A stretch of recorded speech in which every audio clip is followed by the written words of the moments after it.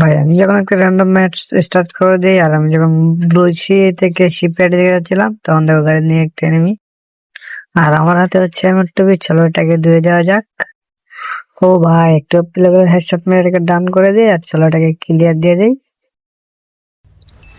তারপর আমি যখন জুন থেকে বাইরে দিয়েছিলাম, তখন দেখো আমার সামনে দুটো এনিমি ফাইট নেই। এক শট শট লাগে নাকি? আরেক শট শট কানেক্ট হইতাছে না। এখানে দেখো আমাদের গাড়ির খুবই বাজে অবস্থা, তাই আমি একটা মনস্টার ট্রাক পালানোর জন্য গাড়ি থেকে নামছি। ওদিকে আরেকটা নেমেছে আমার টিমমেট কে রাশ মেরে দেয়, তো দেখো আমি দিয়ে এক শট কানেক্ট করে নিলাম। তো আরেক শট কানেক্ট তো ডাউন বাই। তো ও আরেকটা নেমে নামতে হবে, চলো নেট খারাপ মাসে ও এটাকে আমার টিমমেট মেরে দেয়, তা না হলে আমার অবস্থা খুব খারাপ করে ফেলতো।